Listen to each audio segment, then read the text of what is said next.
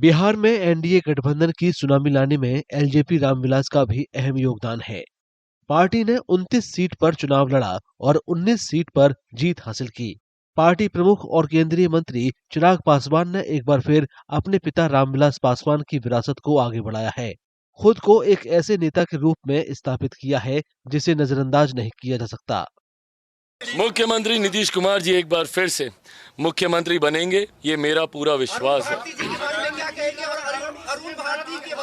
प्रचंड जीत का कारण क्या है और विपक्ष की करारी हार की विपक्ष की करारी हार का कारण उनका अहंकार है और हम लोगों की प्रचंड जीत का कारण डबल इंजन की सरकार पर, जिसका नेतृत्व मेरे प्रधानमंत्री केंद्र में और मुख्यमंत्री नीतीश कुमार जी बिहार में कर रहे हैं। इस डबल इंजन की सरकार जिसका मजबूती से समर्थन बिहार फर्स्ट, बिहारी फर्स्ट की सोच कर रहा है, एनडीए के तमाम घटक दल कर रहे हैं।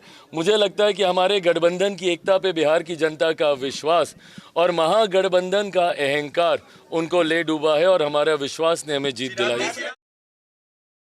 इस जीत से एनडीए के सभी घटकों का मनोबल बढ़ा है और चिराग भी इससे अछूते नहीं हैं।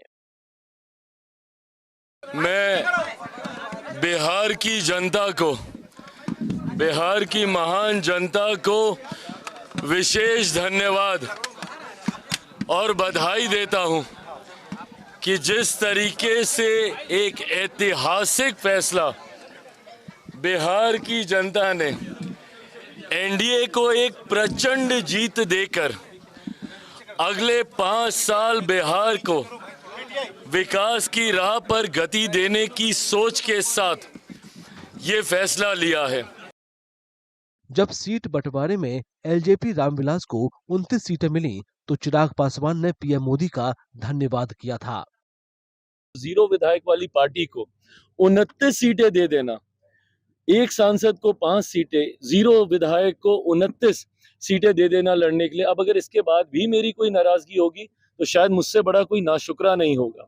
ऐसे में मेरा विश्वास जो प्रधानमंत्री के ऊपर है और उनका विश्वास जो मेरे ऊपर है, ये वादा करता हूं कि उस पर खरा उतरूंगा। एनडीए को एक प्रचंड जीत हासिल होगी। चुनाव नतीजों ने साबित कर दिया है कि भरोसा गलत नहीं था। ये बात उनके एक प्रतिद्वंदी ने भी स्वीकार की है। 2020 में कुछ रिजल्ट दूसरा हुआ था।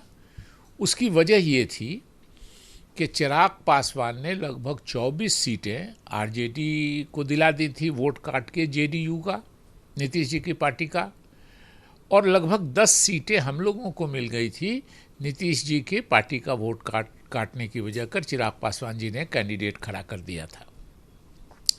और चूंकि चिराग पासवान जी ने कैंडिडेट खड़ा कर दिया था नीतीश जी की पार्टी के खिलाफ लोगों को, तो नीतीश जी के समर्थक जो थे उन्होंने चिराग पासवान जी की लोगों को वोट नहीं दिया था, जिसकी वजह से वो भी सीट हारी थी। तो ये सभी सीटों को अगर आप एक जगह जोड़ दीजिएगा तो जो आज का रिजल्ट है कमोबेश 2-4 सीट आगे पीछे करके ये हो गया। चिराग पूर्व केंद्रीय मंत्री स्वर्गीय रामविलास पासवान की दूसरी पत्नी रीना शर्मा के बेटे हैं। उनकी एक बहन निशा पासवान है। उनके पति अरुण भारती एलजेपी रामविलास से जमुई से सांसद हैं। चिराग ने बुंदेलखंड यूनिवर्सिटी झांसी के institute of engineering and technology से कंप्यूटर इंजीनियरिंग में सेकंड सेमेस्टर तक पढ़ाई की। कॉलेज छोड़ने के बाद उन्होंने 2011 में एक हिंदी फिल्म मिले ना मिले हम में अभिनय किया। इसके बाद चिराग ने राजनीति का रुख कर लिया। चिराग पासवान का राजनीतिक सफर 2014 में शुरू हुआ। उन्होंने पहली बार एलजेपी की टिकट पर जमुई से चुनाव लड़ा और जीतकर संसद पहुंचे। तब चिराग के पिता स्वर्गीय रामविलास पासवान एलजेपी अध्यक्ष थे। मई 2019 के लोकसभा चुनाव में चिराग ने दोबारा जमुई से जीत हासिल की। उसी साल 5 नवंबर को पिता की मौजूदगी में पार्टी ने चिराग पासवान को अपना अध्यक्ष चुना। अक्टूबर 2020 में रामविलास पासवान का निधन हो गया। पार्टी और परिवार को एकजुट रखने की जिम्मेदारी चिराग के कंधों पर आ गई।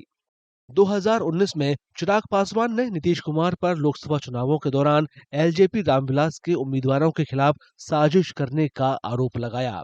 इसके बाद 2020 विधानसभा चुनाव से पहले चिराग एनडीए से अलग हो गए। उनकी पार्टी ने सभी 243 सीटों पर प्रत्याशी उतार दिए।